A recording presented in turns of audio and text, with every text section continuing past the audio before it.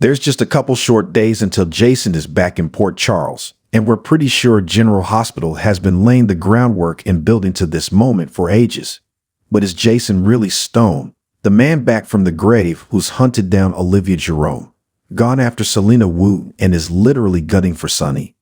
All signs are definitely pointing towards him, but we can't help but think there's got to be more to this story than we know.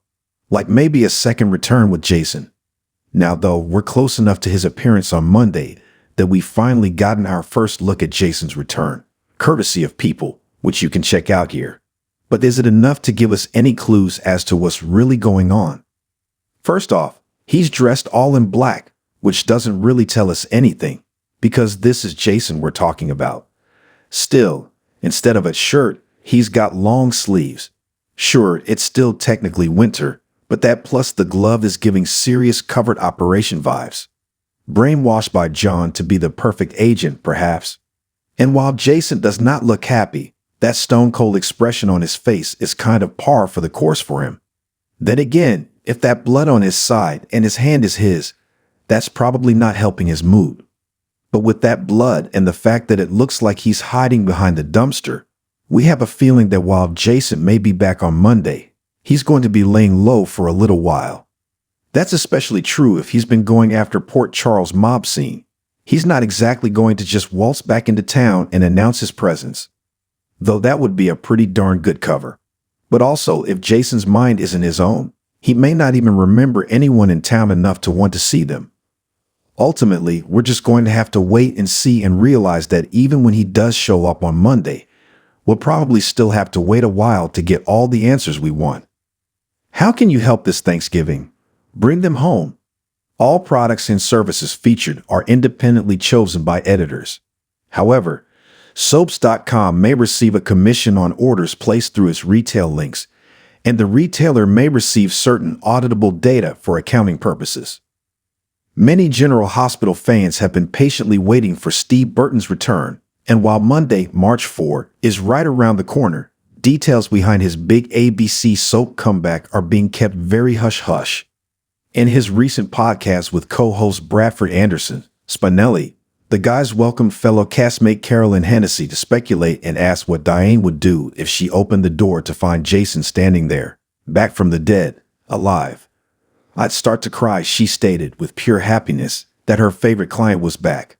So much goes wrong in Port Charles. You can't ever have a truly happy ending. And this is what keeps the viewers watching. We want to come right up to that happy ending. Think we got it then. Boom. So if she opened the door and saw Jason, Diane's initial feeling would be, this is a happy ending and you're back and you're alive. It almost would be like a return to normalcy. However, this is a soap, and we know things aren't that simple. And Bradford made a good point that Jason will be bound to need her at some time or another, to which Hennessy assured that Diane could handle the task, even while juggling Robert, Sonny, Nina, and Jason, and stated she's her own one-ring circus.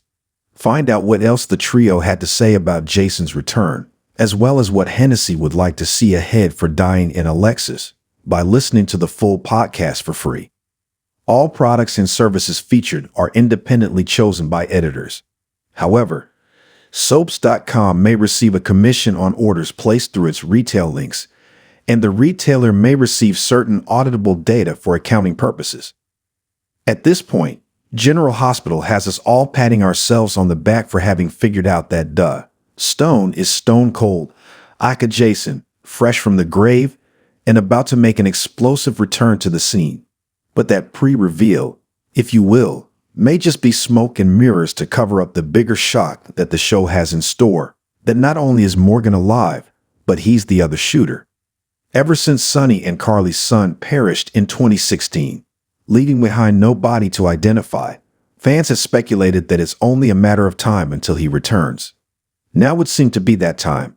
Follow along, okay. This is gonna be good.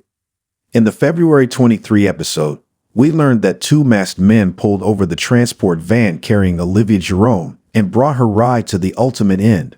What's more, the tag team left the guards unharmed. In other words, they weren't on some killing spree and took care to protect the innocent. Sounds a lot like something Jason might do, no? But it doesn't explain why he wouldn't have already told his friends and family that he's alive. That's because in the years that he was away, he fell into the clutches of FBI agent Jagger John, who took advantage of the hitman's amnesia to reprogram him as an operative. Essentially, John has found a way to use Sonny's best friend as a weapon against him, a weapon with which he intends to off the godfather of Port Charles. In fact, it could have been John's experiments on Morgan that perfected the brainwashing technique that the Fed used on Jason. He could have transformed Morgan into stone, aka a replacement for the little brother that he loved and lost while he was in Sonny's care. And how much would the erstwhile Jagger love to hurt Sonny as badly as he could, considering that he got late ex-wife Karen hooked on drugs and kept Stone 1 degree of separation away from the mob.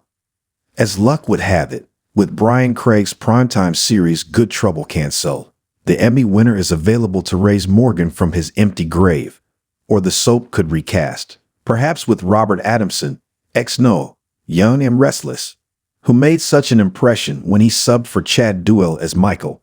Heck, General Hospital could probably even recruit Adamson's replacement, Rory Gibson, who's been MIA from Young and Restless for ages, or let bold and beautiful funnyman Darren Brooks, ex-Wyatt, tackle the action hero role. The possibilities are endless.